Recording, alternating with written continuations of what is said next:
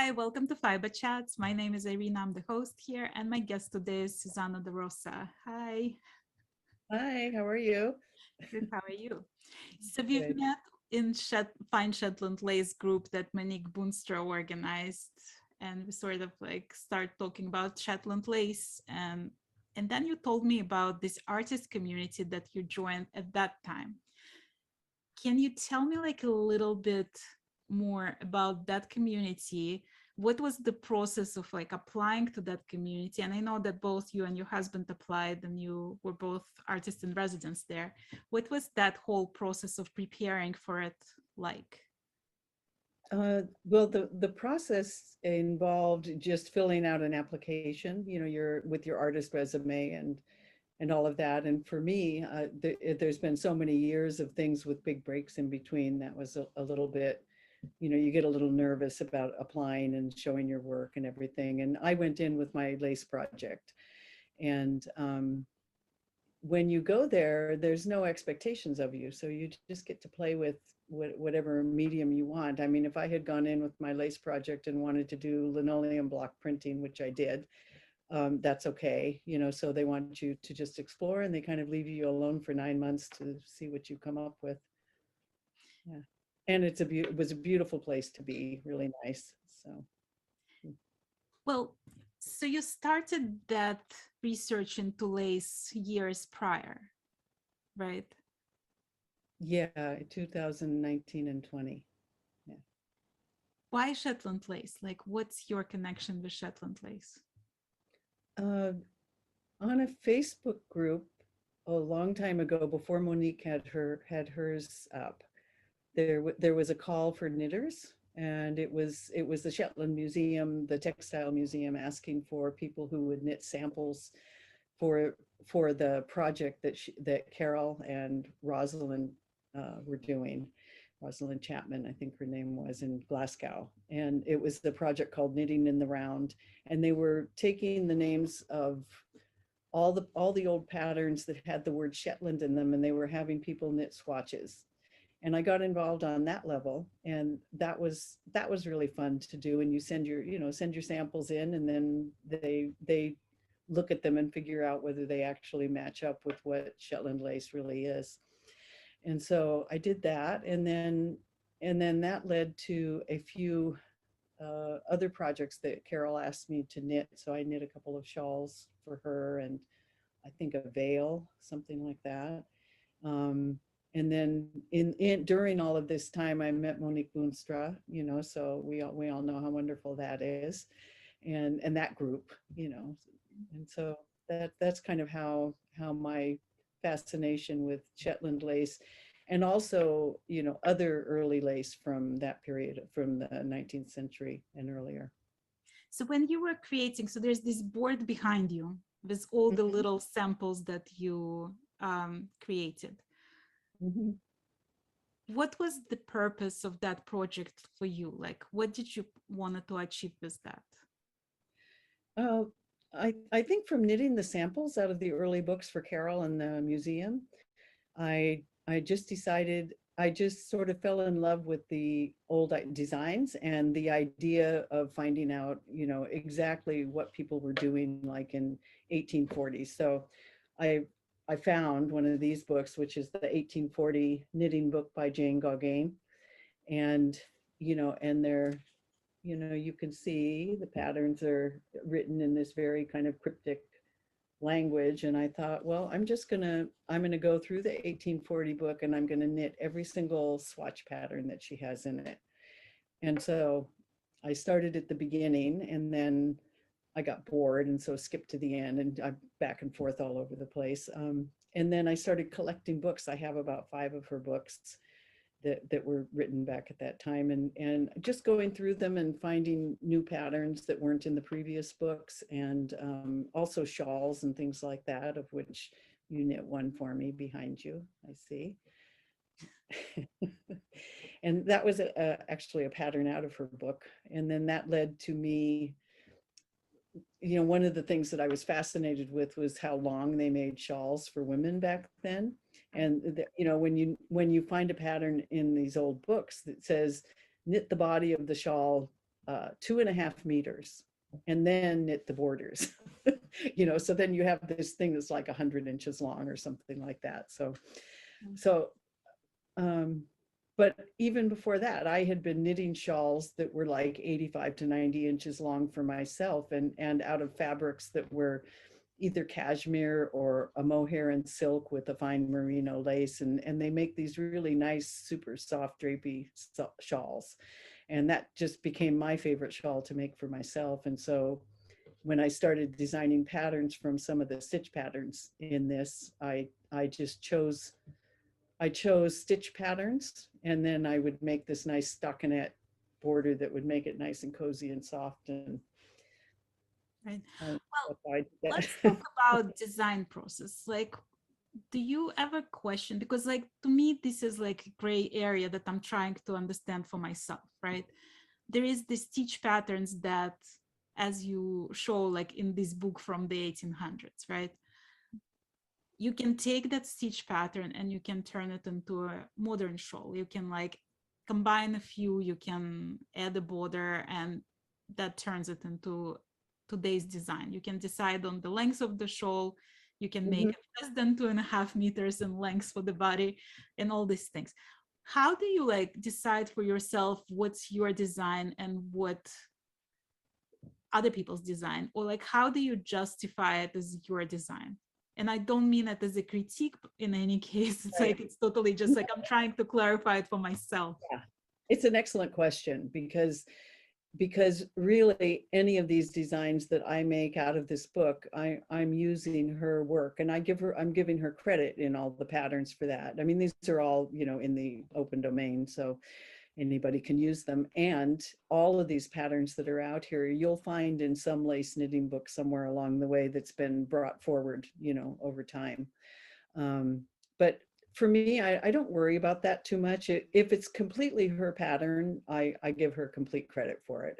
In like the Berez shawl behind you, that was a pattern in her book, and there have been modifications and a few updates that make it easier to understand the charts and things like that.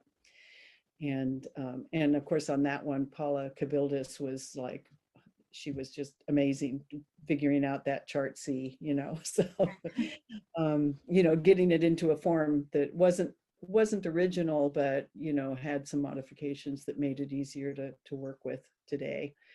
But I don't worry about that too much. I think that you give credit where credit's due, and then you create what you create. I do a lot of things like I'll pull down some of the patterns that are on the wall, and I'll just put them next to each other and do things, and then like what kind of an insert would go here. Some of them, there's two of them, the Bella shawl, the purple one back there, and then the gray one at the end. Those I just used a couple of patterns and put them together for the borders, but it's just basically a stockinette knit shawl. Right. So. But then if you like look at the traditional Shetland lace shawls, it's basically like same thing. Like when people just take existing motifs and they sort of put them like a Lego together in the way that they think is gonna fit into the shape that they're trying to achieve, right? So it's not like, it's basically like traditionally was done that way. Right. Well, I think there are traditional Shetland patterns, and I know Carol is putting out a book on the Shetland lace from the museum project, so I'm really curious to see that. I'm excited about that book when it comes out. Right. But the Shetland knitters, they have certain patterns that they use, and they've been kind of passed down. I think a lot of the rest of us don't have that history like Shetland has. A lot of the samples that I've been knitting, I found them in Sharon Miller's book, so I think there's probably like 30 out of 100 stitch patterns that were knit with the Shetland style of knitting.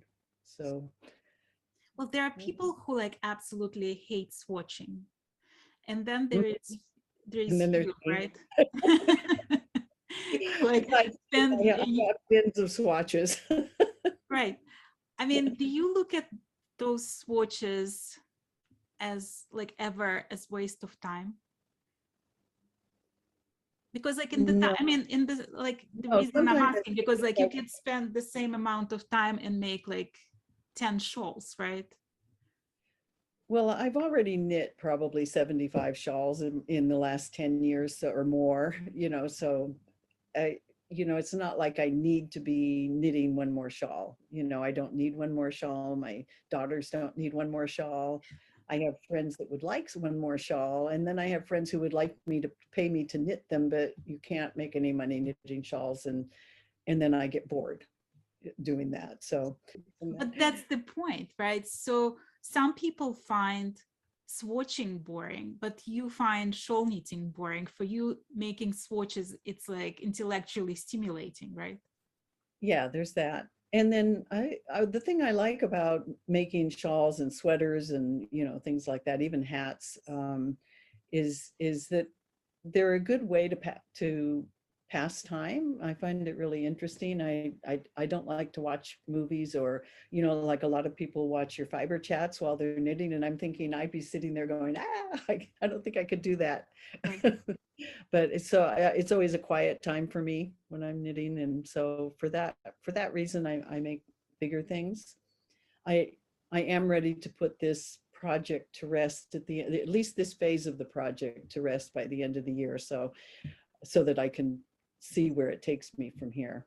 When you started knitting, you thought, oh, how can I do this? Well, I think I was living in Mexico at the time, and there was a group of women I knew who had a knitting group, and they invited me. And then all of a sudden I was knitting Shetland lace.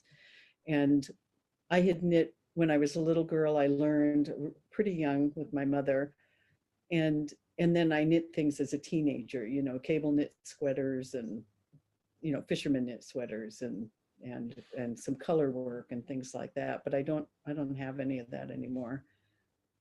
But Do you have yeah. any like was there any surprises at that artist community, like living there? Did you discover something about yourself that you didn't know? At the art center, yeah, there were a couple of things. I'm normally a pretty private, quiet person who's pretty reclusive. But I really enjoyed having a studio where people could come in and look at your work and talk to you about it. And then there were other artists there, so there was like a whole exchange. I enjoyed the community aspect of it way more than I thought I would. And you learned some new skills there as well, right? Something Mhm. you haven't tried before. Yeah, I took a just before we went there, we met somebody who was doing linoleum block printing, and he was teaching it. And so I learned that from him. I took a whole bunch of classes doing that. That was really fun. And then I started making things that were I pulled old family photos from the early 1900s that I have, and I decided to take those and draw them on the linoleum block and then print them. There's one back there you can see in the thing. So that's my Aunt Edith, and she was a part of my life, and so there's this whole, and I do all the family genealogy. And so I'm very interested in the historical things and what people were like and how they thought. And the only way I know is through these old pictures that I have and a few stories. When did So, that interest started? Like when did you start getting interested in family genealogy? oh, maybe 20 years ago, somewhere along the way, my father always told us that we were Scottish and English and nothing else, you know. And but then every now and then he would say that his mother was Portuguese. And so I think after he died, I went down to San Francisco and I got her death certificate. And sure enough, her father was born in the Azores and came to San Francisco in the 1860s. And that just got me going. It was like, oh, well, what else is there? And then turns out that we have a big English side of the family on both sides. And that, oh, and Irish, I have an Irish great grandmother. And I just found out things that sort of made me start looking at different places in the world, and it made me want to travel there. And you know, it had so many areas that opened up when I started thinking about it. But that's how that started. Oh, and we're not Scottish. I mean, my father always told us we were Scottish, but we're not. When you look at those old pictures, like, do you see yourself in them as well? Like, do you see family resemblance? Do you see something that, like, what those people mean to you? Because some of them you didn't even know, right? Yeah, well, I knew my Aunt Edith, even though she was born in 1898, and my father was born in 1903, and he was 48 when I was born. So his mother was born in 18, you know, I had a grandmother who was born like 100 years before me and stuff Right. like that, who I never met. And so I was always really curious about her, you know, so when I look at pictures, I see certain resemblances, like on the side, you know, like the way the nose is shaped and things like that. Um, and then in the pictures, you see things. There's things where they're just having a lot of fun. I mean, all these pictures I have, both sides of the family, people had fun in my family. And so I kind of look at them and I'll get nostalgic for I don't know what, because it's not a nostalgia that I had any personal connection to, you know, but it was, you know, like my grandmother wearing chaps on a ranch and in Wyoming, and you know, the my father's side of the family where all of the, you know, all kinds of pictures of them with these old cars in the 1920s and acting out and sitting on each other's shoulders and things like that. And it was just, you know, it just was, you'd look at the pictures and think, I would have liked to have known them, you know. Right. And actually, I must tell you, they're a very good looking crowd there, because whatever pictures I've seen, they all like really beautiful women and like really stylish, and the clothing and everything. It's like really interesting. Like, I Yeah. was actually looking at, there's a picture that you sent me of your grandma's sisters. Oh yeah, up on the in Wyoming, and they're on a Right. bluff and they're all like, you know, acting like this and Right. I mean, it seems like almost like very modern, like when you look at yeah, that picture. yeah.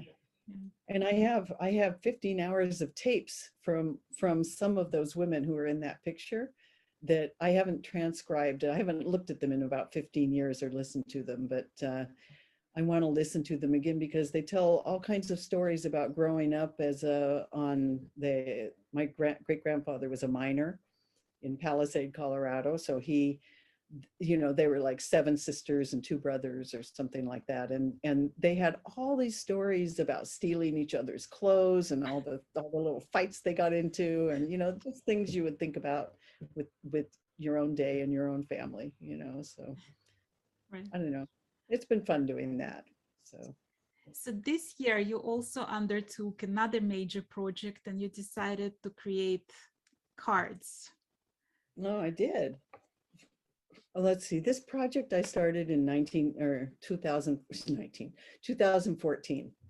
So that's 7 years now or something like that. I've been doing this, and there have been lots of things that have just thrown me off track for long periods of time. But I've always thought I should publish a book and do these. But then, you know, if you ever go to a knitting bookstore, you know how many knitting books there are on lace and things like that. And it just never quite felt right. And I'm not a writer, and I don't want to spend the time figuring out how to write something that engages people, you know. So I decided to do these, and I just got these this week. These are samples of the cards that I'm going to do from the project. And they're basically, well, that's the face card.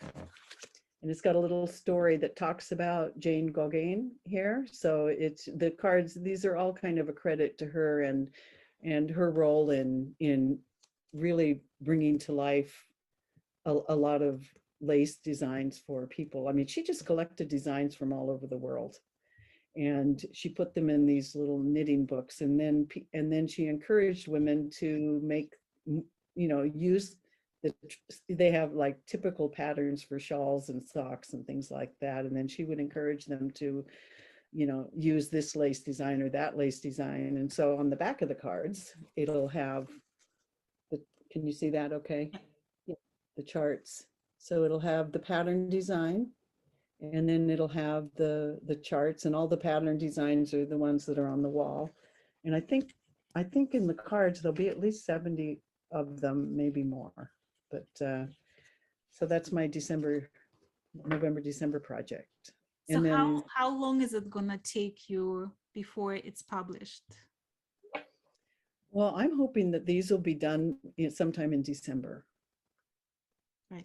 It won't happen, but that's what I'm hoping for. Well, it might not happen, but anyway. You have a favorite card there? Like, is there a swatch that you like absolutely love more than others? Well, I don't know. It's hard to say. I mean, like, aren't these all really nice? They're gorgeous. You know, they're just really nice, all of them for various reasons.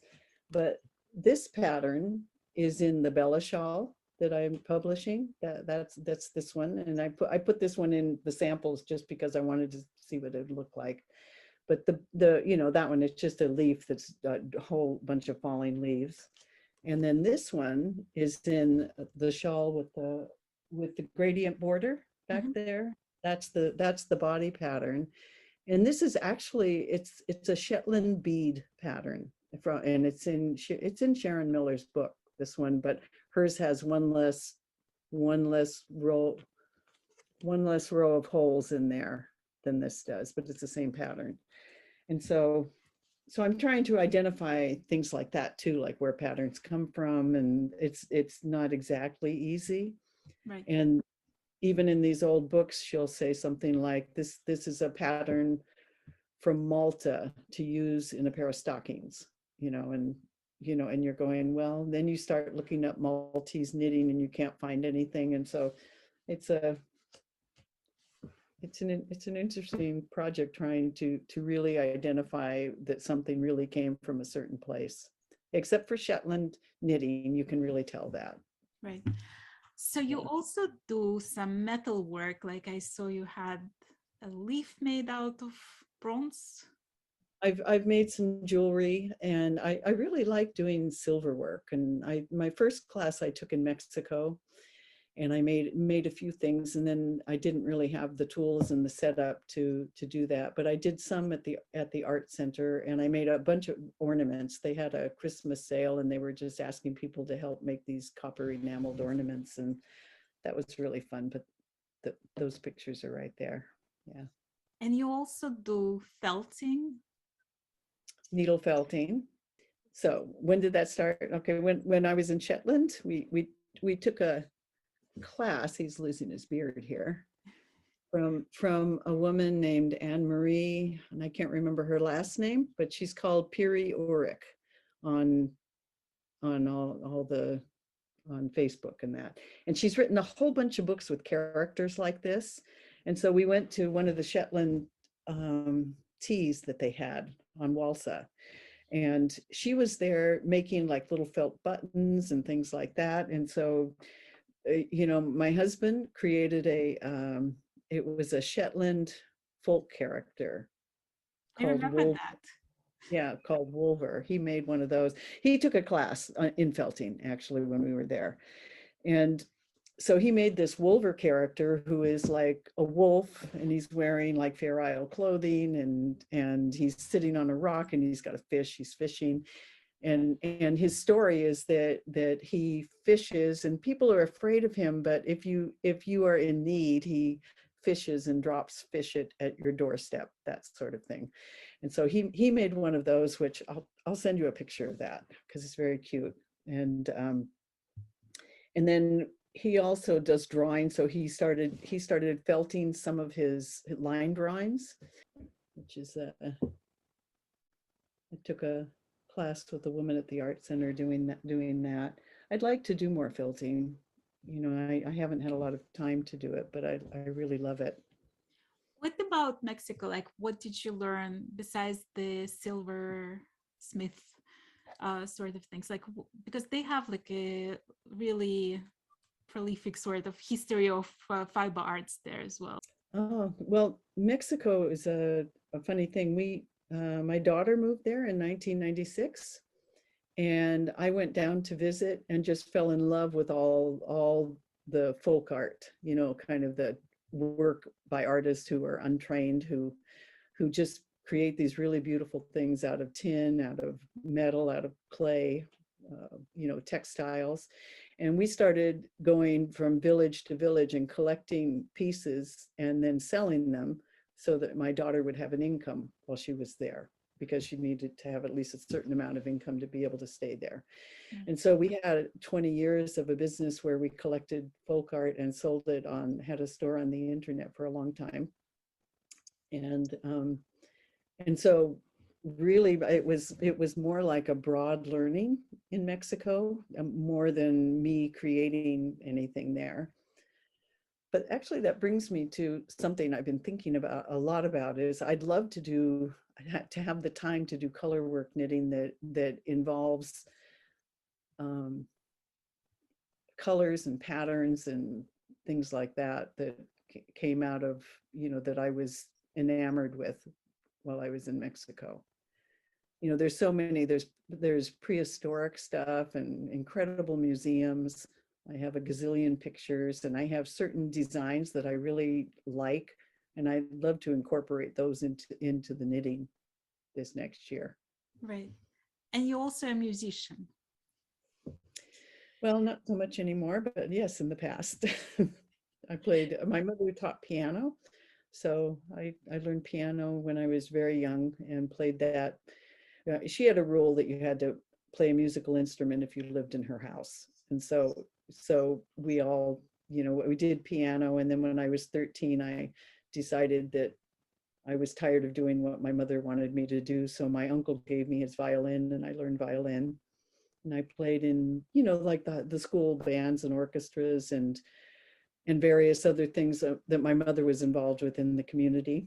And then in high school, I wanted to march in the marching band of all things, because my sister did. And I just thought it was really cool that you'd go traveling all over and you'd be marching in formation and, you know, like making all these designs on the ground in a funny way. It's like creating knitting or something, you know, but you know, from up above, everybody can see all these things and you're just doing things, staying right in line with people. And I don't know why I really liked that, but I did. And so when I went to talk to the band teacher about joining the band, he said, well, the only thing we need is a bassoon player. And of course, you can't march with the bassoon, but they always have them in marching bands.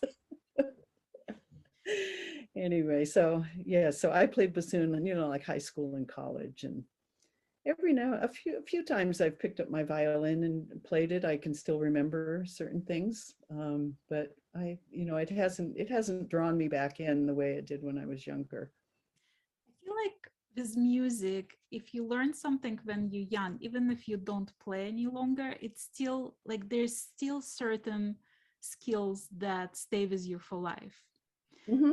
because you can appreciate good playing, you can figure out the bad playing, you can differentiate, you can um I don't know, it's like I feel like I stopped playing piano when I was 12, but I feel like it's always stayed with me in one way or another.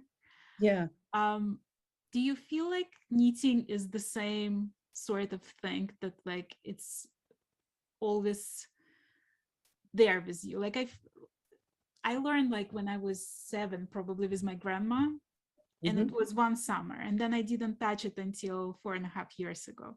And yet when I came back to it, it was like this muscle memory, that it felt so familiar, and so like it took me a couple minutes, just like one video on YouTube, and I was knitting.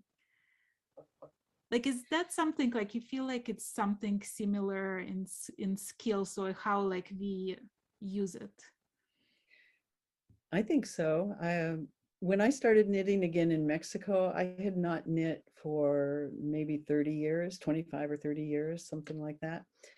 And the knitting group I was in, you know, I went down to the local knitting shop and I said, well, you know, I want to make this blanket. It was a feather and fan blanket, and it had all different kinds of fluffy yarns in it and stuff like that. And I don't know why that attracted me, but I thought I'm going to do that. Probably my first lace work, actually.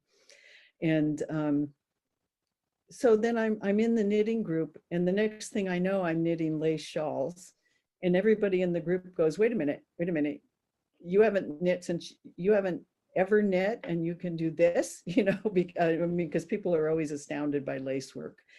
Right. I said, well, I knit when I was younger, but I think just knowing those stitches, and I don't know whether it's just, kind of a maturity, you bring a little more care to the knitting, and, like all the basic stuff is done. And then the, the more complicated stitches that you have more patience for when you're young. And then the skills meet up with your current desires. Does that make sense? Right. Yeah. Well, but do you think like there's a difference between people who learn as kids and like as knitters, right?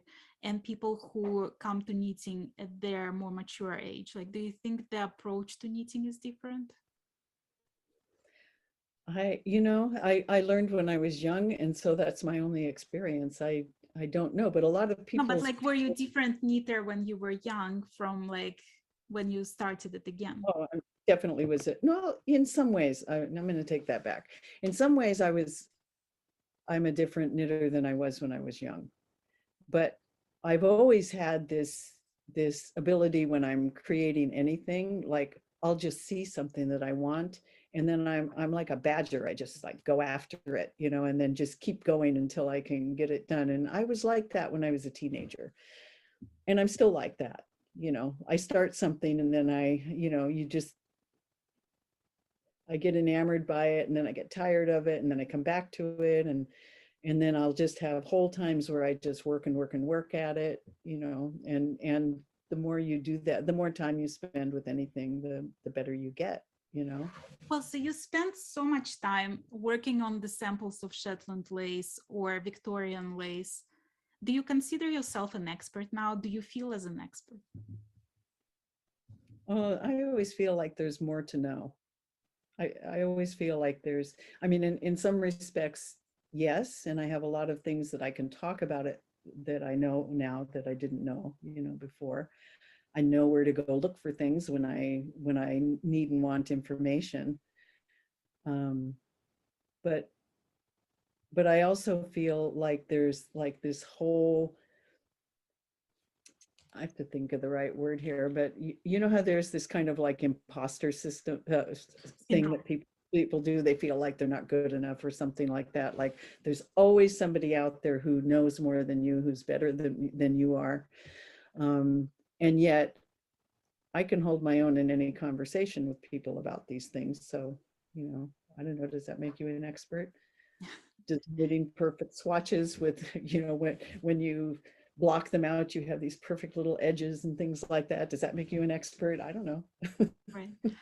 Do you feel like it's your mission in life to educate people to like to keep that art alive, to keep this information, like bring that information to masses, let's say?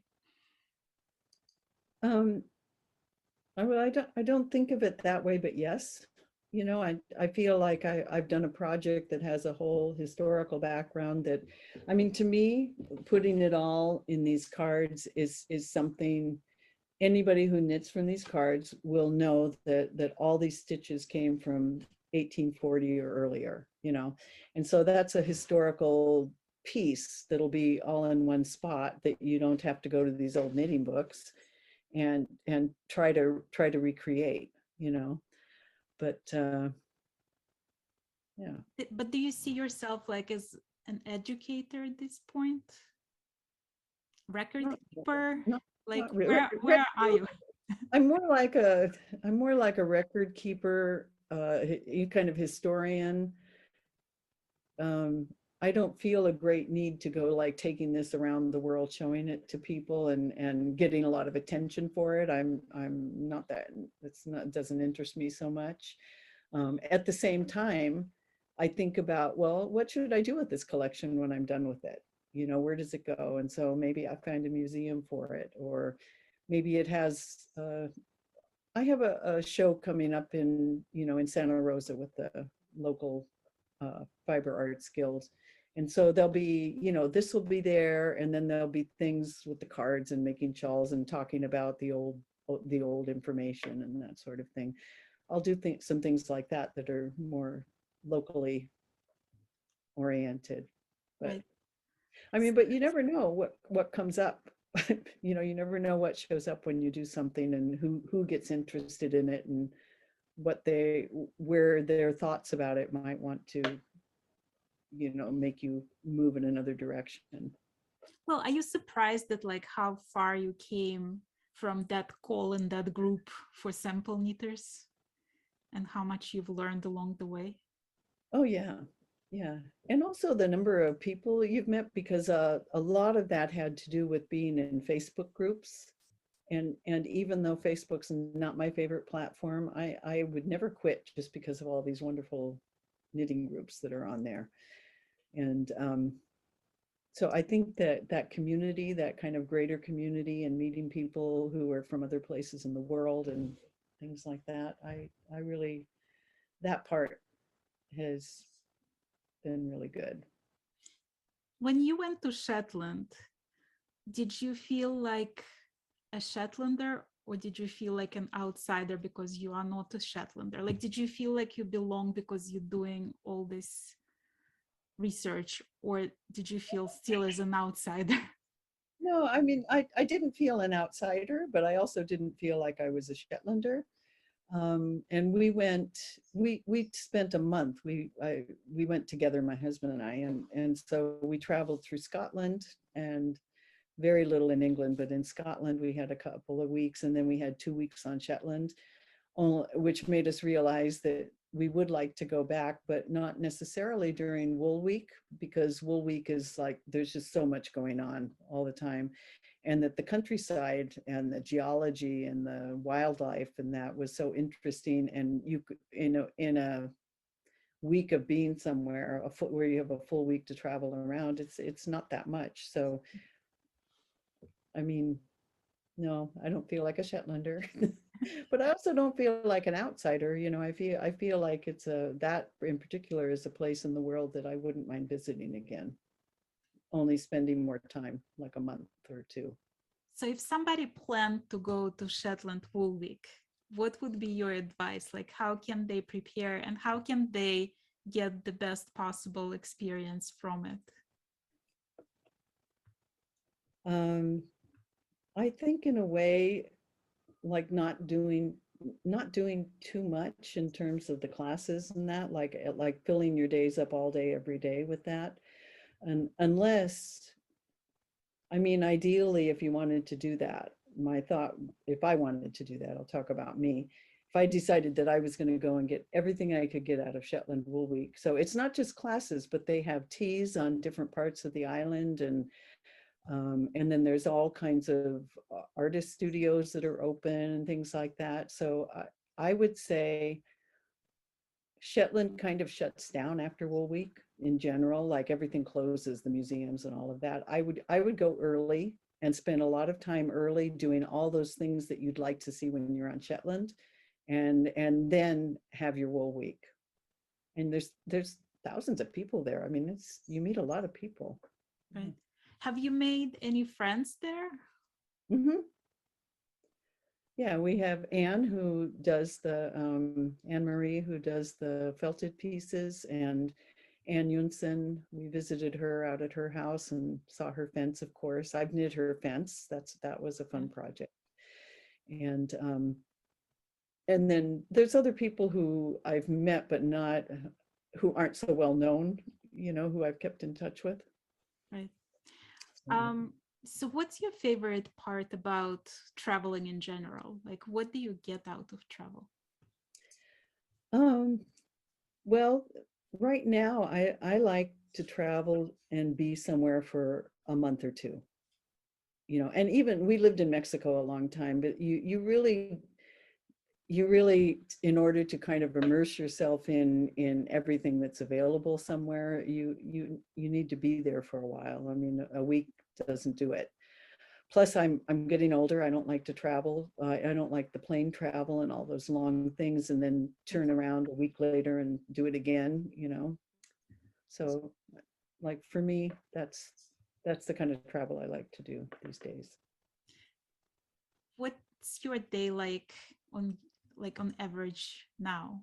Like how do you decide between all those crafts that you like? How do you decide what you're gonna work on? Well, it depends on what kind of pressure I'm putting on myself, if you know what I mean.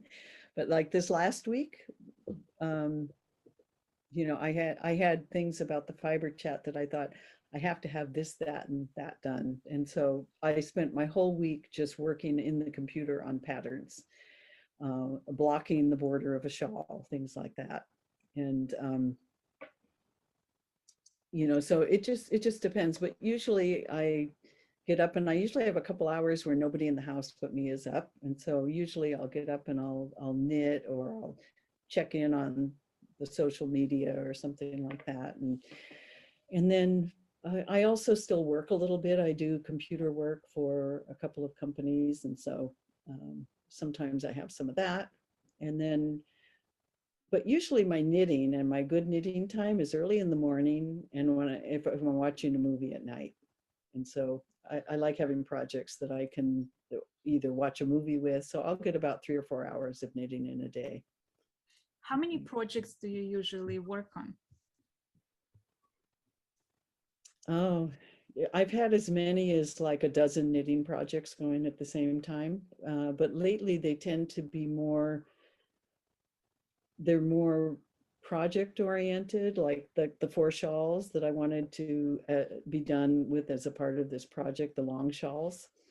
Right now, I feel like I have nothing going, but usually a couple, and depending on what's going on in my world and whether all of a sudden I don't like the way something's turning out, so I put it aside for a while, then maybe 3 or 4. Is there ever like a creative block when you don't feel like doing anything, don't feel like doing what you are doing, or have no idea what to do? Yeah. Well, when COVID hit, we were at the art center. Nobody really knew how to handle COVID when it first started, and the art center was no exception. And there was a point there where we were a month before we were supposed to leave, and they were still having people come through the center, and it felt very creepy and unsafe all of a sudden to have people like wandering through and nobody wearing a mask, and like all that stuff that everybody knows about at the beginning. And so we left early. We left a month early. We just said, we can't be here. Since there's too many things we don't know. We rented a house. And the minute we moved out of there and rented a house, we went from having these totally creative days to, well, here we are. We have a view of the ocean and it's really pretty, and and all the projects are in storage. And so 3 months into that, we realized that, okay, this isn't going to get any better. So we bought a house. And then pretty much the last year and a half up until a few months ago, I had hardly any desire to knit or, do creative work. I hung everything up and I looked at it, and periodically I would knit a cat for one of the grandkids or something like that. But, I had hardly really any creative time during that period of time up until the last couple of months. And then suddenly the dam opened and you decided to like create all of that. Yeah. So then the 4 shawls came out, like all these things happen at once. And that's kind of how it goes for me, where I'll have all these, what I consider fallow times. And then I'm just sitting there I'm waiting, but there's other stuff going on, like I created a really nice garden this year. And, so it wasn't like nothing was happening, but Well, I don't worry. What's your happy place? Like when are you at your happiest? Gosh, that's a hard question. It's, generally I feel like I'm pretty happy most of the time. I don't feel like if my life was just like this, that's where I'm absolutely the happiest. But I think it's when generally I always have a lot of things that I really like doing. And even if I think I'm not doing anything, I'm making recipes, or I'm working in the garden, I'm knitting something, or I'm thinking up something new, to do. When I'm really engaged in what I'm doing is probably my happy place. You also mentioned that you collect some of the shawls, right? The lace shawls. Yeah, I have a fair collection, but small, of 19th century knitted pieces, shawls and baby hats and collars, but this this is um, there was a woman in the Netherlands who I bought a few pieces from. This one is one. It doesn't mean it's from the Netherlands, but it's a silk shawl from the late 1800s. And there's a provenance on this one. I don't recall exactly what it is, but you can see that it's got some patterns that could be Shetland type patterns, where you have these little motifs in here that are kind of rectangular with pointed ends, Right. but they've these little cables up the middle. And, Huh. let's see if you can you see, does Yeah. that help? Yeah. Does that not help? Actually, no, Yeah, it does actually. Yeah. yeah. That's interesting. Then, I mean, when you look at these, it's got 1, 2, 3, 4, it's got 6 layers at least, if not 7 or 8, of just the border. Right. And it has this centerpiece, which is like that. And it's just so pretty, It's beautiful. Yeah. How do you preserve them? Do you have? I keep them in archival paper, and some of them rolled up. Uh, and then I put them in an archival, a plastic that is archival, just something to keep the moisture out. Um, but I have this other one that I have an interest in. This is also from that same person in the Netherlands, but look at Oh my God. uh, the knitting on the yarn on this is the thinnest yarn out Right. of all the little projects pieces that I have, these old pieces. And it covers a king size bed, so it's big, but it's got these wonderful diamond patterns. And then it moves up. I mean, we're still on the border here. Right. Moves up into these arrows. And then it moves into this pattern Right. of, it just sticks together. So this one I think is wool, this one, but I don't know for sure. But it's got this really nice kind of diamond. You see it's got a few holes in it here and there. And then the other interesting thing about this one is it was like sometimes, okay, here's a corner. So here's a corner where she's got diamonds inside layers of rows of things. Right. And there's four diamonds in the middle.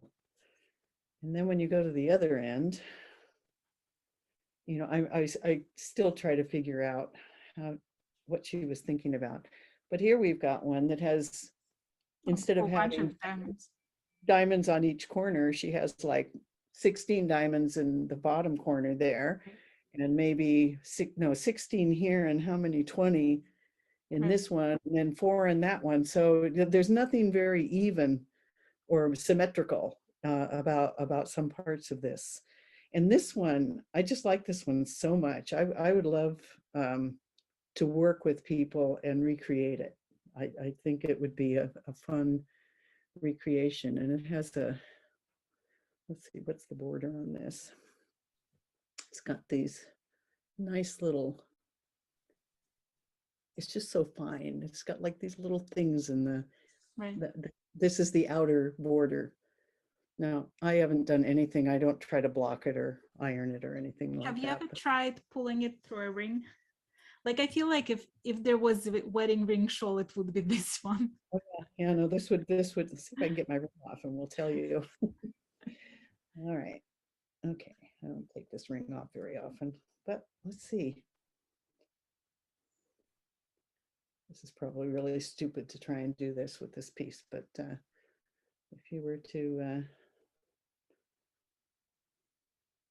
I would say, and of course it's 6 feet wide, so it's Right. got lots of, but even so. Right. Oh my God. That's just incredible. You know what? This is the best demonstration Fiberchats ever had. Oh, I love showing these things.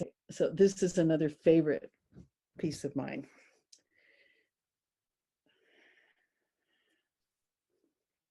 It's Oh this my God. little bitty baby sweater, That's you know, adorable. with a, this is a Right. double pattern. But look at the arms. They're like 20 feet long for a baby. Right. And then it came with a little hat, like, Oh, that's just adorable. just a little hat. So, I mean, this is just for a newborn baby. I mean, Do this you is think just, it's like a christening gown? it could be a christening outfit, or a christening gown would actually be more like a dress, but this Right. could Like be longer. something, maybe you wear it over it. Yeah.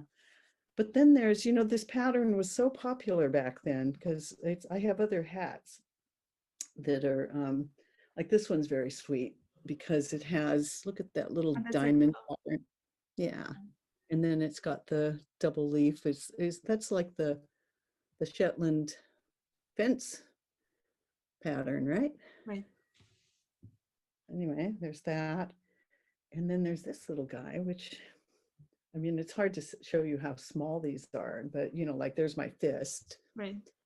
And we have, you know, just this little, I can't tell if that's clear or not, but you know, little pattern throughout that's there we go, like that. Oh, that's pretty. Yeah. So have you tried recreating those as well? Like as a pattern? No, see, I think some of these, recreating some of these as patterns is next year's project. So You how know, far do you plan? Like how do you plan your time? uh, I don't. Is there like a list of things that you hope to achieve in this lifetime? Like is how far do you go in that? um, God, I'm not sure how to ask that question. I kind of just do what I feel like doing right now. And then sometimes that has a life of its own. And so I'll create a time frame around it. Um, I don't have what's called a bucket list, you know, but as you know, I'll keep doing things as long as I live, things that I like to do. Right. And then I wanted to show you this one, which is, I know you can hardly tell how fine this yarn is, but this is made of pita. It's called pita lace, which is made of the agave plant. Mm-hmm. And it's I and these can. are very typical from uh, Portugal and the Azores, and that they made these, I know. And but just super, super, super fine yarn. I See, mean, I learned something new today. I never knew that they make it yarn out of agave plants. yeah, isn't that amazing? Wouldn't you just love to see what that yarn would be like? Yeah. Yeah. And then there's things like collars, you know, just, I think that's the backside. But, you know, people just made collars and, you know, wore them, I guess, around the back of the neck or something. But Right. I don't know. I have some other things. I just have this collection of stuff that I watch for certain antique sales and uh, eBay and Etsy, but you don't usually find things very much there. And the Talk old a book. little bit about photographing all of that, like for the cards when you were creating them, or even for like some archives. Like, how do you take a good picture of that? With my iPhone. I have a better camera, but the phone takes especially the new ones, they take such really good pictures. Right. Um, and these I took these pictures right off the board when I was at the art center.